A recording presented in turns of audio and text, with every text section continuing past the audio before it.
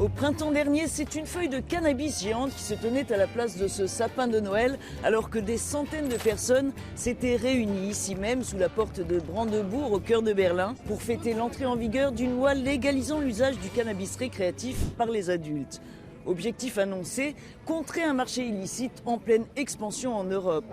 Les détracteurs de la loi craignent quant à eux qu'elle favorise l'explosion de la consommation de drogue, notamment parmi les jeunes. L'expérience menée par l'Allemagne, troisième et plus grand pays de l'Union à avoir légalisé le cannabis, est en tout cas au cœur d'une réflexion engagée à travers l'Europe. Le cannabis est une drogue dérivée du chanvre disponible sous diverses formes. Feuilles et bourgeons séchés, la marijuana, résine de fleurs et feuilles comprimées, le hashish, et concentré de résine, l'huile de hashish.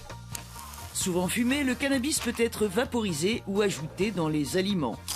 Il contient de nombreuses molécules dont le THC ou tétrahydrocannabinol, la substance psychoactive du cannabis qui comporte des risques pour la santé. Le cannabis est la drogue illicite la plus consommée dans l'Union européenne. Près d'un tiers des adultes âgés de 15 à 64 ans en ont consommé au moins une fois dans leur vie, dont 8%, soit près de 23 millions de personnes, sur l'année écoulée. Majoritairement interdites, la possession et la consommation de cannabis récréatif sont tolérées dans 9 pays de l'Union, où les sanctions pénales ou financières sont réduites, voire inexistantes, pour les petites quantités de cannabis. Elles sont légales sous certaines conditions au Luxembourg, à Malte et en Allemagne, où la production de cannabis à domicile est également autorisée. Des projets de légalisation sont à l'étude aux Pays-Bas et en République tchèque.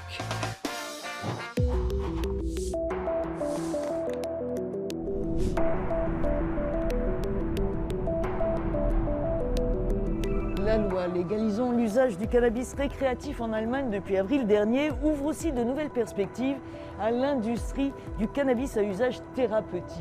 Je suis au cœur de l'entreprise d'Emecan, l'un des plus gros producteurs de cannabis médical d'Europe, pour qui les enjeux sont énormes.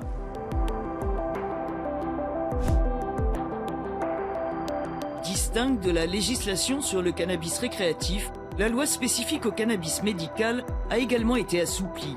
Ce qui en quelques mois a déjà fait bondir le marché, souligne l'un des cofondateurs de l'entreprise. Until April, we were only allowed to produce 2 varieties that basically the government decided, and we had to deliver directly to the government.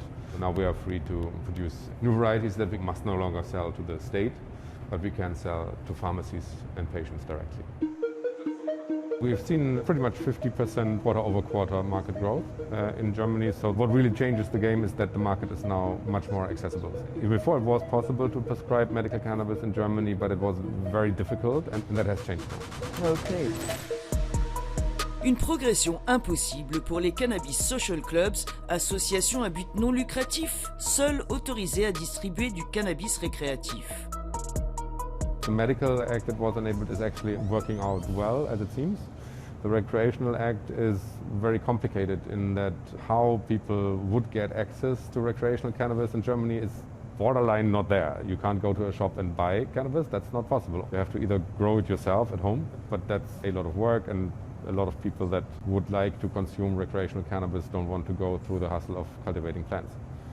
Then there's the option of social clubs, which are highly regulated and no profits are allowed. So I think what definitely is lacking is controlled dispensaries, and that would be an actual legalization, that would be the pillar 2, but that hasn't been done yet. Un deuxième pilier qui prévoyait la vente commerciale encadrée de cannabis récréatif dans une version initiale de la loi. Un projet abandonné en vertu du droit européen interdisant le commerce de la drogue. The thing is, everything's better than people buying cannabis in an illegal market. The benefit of having better control over the product, even in the recreational part of the cannabis world, is that we can exclude that there are contaminants. A recent study found in cannabis that was actually bought in the illicit market in Germany, byproducts of cocaine, virus up to COVID, and even traces of feces. Le cadre législatif européen mériterait d'être clarifié, estime ce médecin entrepreneur. So what is your recommendation to Brussels?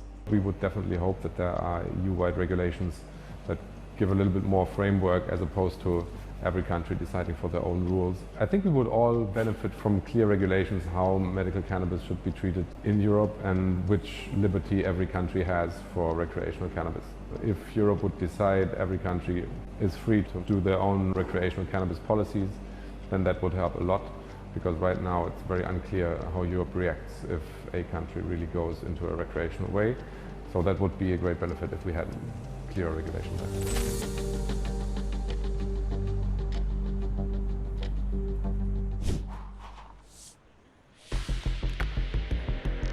La légalisation du cannabis récréatif en Allemagne pourrait-elle influencer les politiques européennes en matière de drogue alors que le marché illicite explose? J'ai interrogé l'agence de l'Union européenne sur les drogues, sur les avantages et les risques d'une telle option.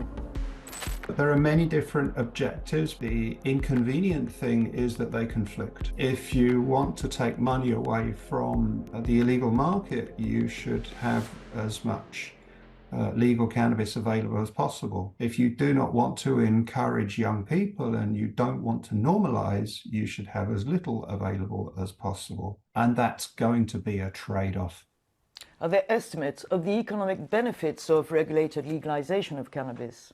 We certainly know there can be economic benefits in terms of tax revenue. You have the counter effect that taxes raise the price of the product and you are more likely to drive the consumer back to the illegal market. Europe has talked more about quality of product. There will be less pesticides involved, better tested rates to understand just how much THC is in the product. Safety is something that Europe is pushing much more than the idea of gaining money. And finally, are such experiments likely to influence the general European framework drug policies? The question is, will the existing framework be somehow reinterpreted or renegotiated? And we will see how much appetite the European politicians have to negotiate and what direction they choose to negotiate. Will it be opening up a space for these countries to operate, or will it be closing down because the other countries really don't want such a system within the European Union space? And we don't know the answer to that yet. L'expérience menée en Allemagne pourrait quant à elle tourner court. Les partis conservateurs, donnés favoris aux élections de février prochain, ont annoncé leur intention de révoquer la loi sur l'usage encadré du cannabis récréatif.